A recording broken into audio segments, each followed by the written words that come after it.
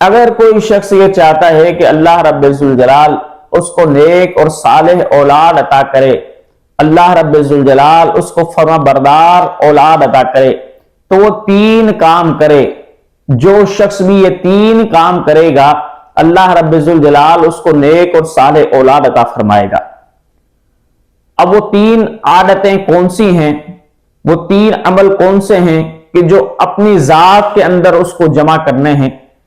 تو اس کو سمجھنے کے لیے آپ ایک حکایت سنیں کہ حضرت آدم رحمت اللہ علیہ ایک مرتبہ بخارا کی سرزمین سے گزر رہے تھے، تو آپ کو پیاس لگی، آپ ایک نہر کے پاس آئے اور پانی پینے لگے، تو آپ نے دیکھا کہ پانی میں ہی ایک سیب تیرتا ہوا آ رہا ہے، تو آپ نے اس سیب کو پکڑا اور آپ کھا گئے۔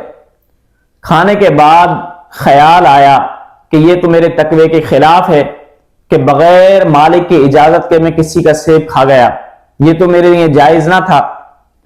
تو فوراً خیال آیا کہ چلو اب جہاں سے یہ سیب گرا ہے اس باغ پر پہنچ کر اس باغ کے مالک سے میں معافی کی درخواست کرتا ہوں کہ میں نے آپ کی اجازت کے بغیر یہ سیب کھایا، آپ مجھے معاف کر دیں۔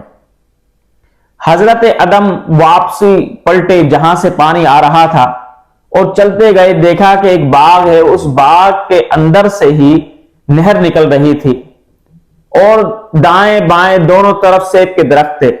آپ سمجھ گئے کہ سیب ان درختوں میں سے ٹوٹ کر ہی گرا ہے۔ حضرت آدم باغ کے اندر داخل ہوئے، وہاں پر آواز دی تو ایک مالی آیا، تو حضرت آدم کہنے لگے کہ بھائی آپ کے باغ سے ایک سیب گر کر اس نہر میں گرا، وہ پانی میں بہتا ہوا آ رہا تھا تو میں نے اس کو اٹھا کر کھا لیا، اب آپ مجھے معاف کر دیں۔ تو وہ مالک کہنے لگا کہ اے میرے بھائی، میں تو اس باغ کا ملازم ہوں، مالی ہوں، میں مالک نہیں اور میں تمہیں معاف نہیں کر سکتا۔ تو حضرت آدم نے اس سے کہا کہ اچھا مجھے مالک کا نام بتا دو کہ مالک کون ہے۔ تو وہ مالک کہنے لگا کہ اس باغ کے 2 مالک ہیں، ایک ملکہ ہے، ایک بادشاہ ہے، اب آپ کو دونوں سے بخشوانا ہوگا، تب جا کر آپ نے جو سیب کھایا ہے اس کی معافی ہو سکتی ہے۔ حضرت آدم نے اس سے پتہ پوچھا اور حضرت آدم محل کے اندر پہنچ گئے، ملکہ سے ملاقات کی، تو ملکہ سے حضرت آدم نے کہا کہ میں ایک درخواست لے کر آیا ہوں کہ بغیر اجازت کے آپ کے باغ کا ایک میں سیب کھا گیا، اب آپ مجھے معاف کر دیں۔ تو ملکہ نے کہا کہ میں اکیلی اس باغ کی مالک نہیں ہوں، آدھا باغ بادشاہ کا بھی ہے، چلو اگر میرے باغ میں سے میرے درختوں میں سے کوئی سیب گرا نہر کے اندر اور وہ آپ نے کھا لیا تو میں معاف کرتی ہوں، لیکن اگر بادشاہ کے درختوں میں سے گرا ہو تو پھر میں تو معاف نہیں کر سکتی، آپ بادشاہ سے ہی معافی مانگیں۔ تو حضرت آدم نے کہا آپ مجھے معاف کر دو، میں بادشاہ سے بھی معافی کی درخواست کروں گا۔ ملکہ نے معاف کر دیا۔ پھر حضرت آدم نے پوچھا بادشاہ کہاں ہے؟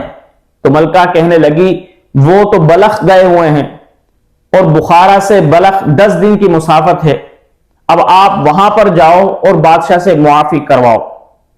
حضرت آدم ایک سیب کو معاف کرانے کے لیے آپ بخارا سے روانہ ہو گئے بلخ جب پہنچے 10 دن کی مسافت طے کی، نہ آپ کے پاس کوئی سواری تھی، آپ کی سواری آپ کے پاؤں ہی تھے اور اللہ اللہ کرتے ہوئے آپ بلخ کے اندر پہنچ گئے۔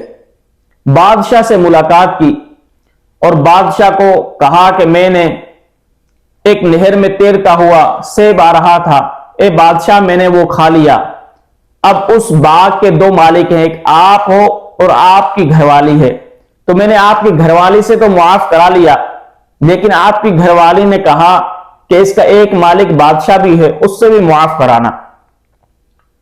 بادشاہ نے جب سنا تو بادشاہ نے کہا کہ میں ابھی تو تمہیں معاف نہیں کر سکتا، جب میں واپس بخارا آ جاؤں تو وہاں پر تم مجھ سے درخواست کرنا معافی کی، پھر میں آپ کے معاملے پر غور کروں گا۔ حضرت آدم رحمت اللہ علیہ دوبارہ بلخ سے روانہ ہوئے بخارا کے لیے اور بخارا میں بادشاہ کی آمد کا انتظار کرنے لگے۔ جب بادشاہ اپنے کام نمٹا کر بخارا کے اندر آیا تو سب سے پہلے بادشاہ اپنی بیٹی سے ملا، کیونکہ اس کی بیٹی کو بہت سے رشتے آئے تھے، امیر کبیر رشتے بھی آئے تھے، لیکن بیٹی پارسا تھی، متقی تھی۔ تو اس نے اپنے باپ سے کہا کہ اے والد، میں اگر کسی نوجوان سے شادی کروں گی تو وہ میری طرح متقی و پارسا ہو تو میں اس سے شادی کروں گی، ورنہ آپ میری شادی نہیں کرنا۔ تو والد کی نظر میں تو یہ پہلے ہی تھا کہ کوئی متقی شخص مجھے ملے۔ تو والد آیا بادشاہ، اس نے سب سے پہلے اپنی بیٹی سے کہا کہ بیٹا، ایک نوجوان سے میری ملاقات ہوئی ہے کہ جو ایک سیب بخشوانے کے لیے وہ بخارا سے بلخ گیا، 10 دن کی مسافت طے کی، لیکن میں نے اس کو معاف نہیں کیا۔ مجھے لگتا ہے کہ اے بیٹی، وہ تیرے لیے بہتر رہے گا، اور وہ نیک اور صالح نوجوان ہے، اور ایسا متقی میں نے زندگی میں نہیں دیکھا۔ تو بیٹی رشتے کے لیے رضامند ہو گئی۔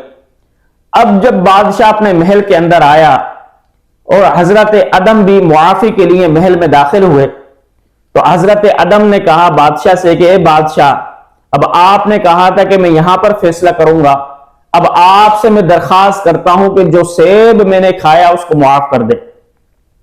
بادشاہ کہنے لگا کہ میں ایسے تو معاف نہیں کر سکتا، اس کی ایک شرط ہے۔ حضرت ادم نے کہا کہ کیا شرط ہے؟ بادشاہ کہنے لگا تم میری بیٹی سے شادی کرو، اس کے بعد میں آپ کی معافی کا سوچوں گا۔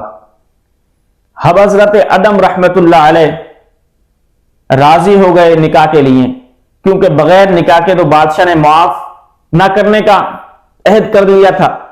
اب حضرت ادم جب راضی ہو گئے تو شادی کر دی گئی۔ حضرت ادم جب کمرے کے اندر داخل ہوئے، دیکھا کہ حضرت ادم کی بیوی خوبصورت تھی، حسین تھی، سلیقہ کار تھی، وہ ایک کمرے کے کونے میں بیٹھی ہوئی تھی۔ تو حضرت ادم آئے، اپنی بیوی سے تو ملاقات نہیں کی، بلکہ ایک کونے میں مصلی بچھا کر نماز شروع کر دی، حتیٰ کہ 11 دن آپ نماز ہی پڑھتے رہے، اور پھر دوبارہ 11ویں دن بادشاہ کے پاس گئے اور حضرت ادم نے کہا اے بادشاہ، اب تو مجھے سیب معاف کر دو۔ تو بادشاہ کہنے لگا میں ایسے معاف نہیں کروں گا جب تک کہ تم اپنی بیوی سے ملاقات نہیں کرو گے۔ حضرت ادم بامر مجبوری اپنے بیوی سے ملاقات کرنے کے لیے گئے تاکہ میں سیب کو بخشوا لوں۔ آپ نے اپنی بیوی سے ملاقات کی۔ غسل کے بعد جب آپ عبادت کرنے کے لیے کھڑے ہوئے تو ایک چیخ ماری اور آپ کی روح کفسر انصری سے پرواز کر گئی۔ جب کفسر انصری سے پرواز کر گئی آپ کی روح، تو حضرت ادم رحمت اللہ علیہ تو انتقال کر گئے، لیکن جو آپ کی گھر والی تھی، اس گھر والی سے حضرت ابراہیم بن ادم پیدا ہوئے، اور حضرت ابراہیم بن ادم کتنے بڑے بادشاہ بنے، اور پھر بعد میں کتنے بڑے اللہ کے ولی بنے۔ تو علماء فرماتے ہیں کہ جو شخص رزق حلال کھاتا ہے، جھوٹ نہیں بولتا، خیانت نہیں کرتا، یہ 3 کام نہیں کرتا، تو اللہ رب ذوالجلال اس شخص کو نیک اور صالح اولاد عطا فرماتا ہے کہ جیسا ادم کو ابراہیم عطا فرمایا۔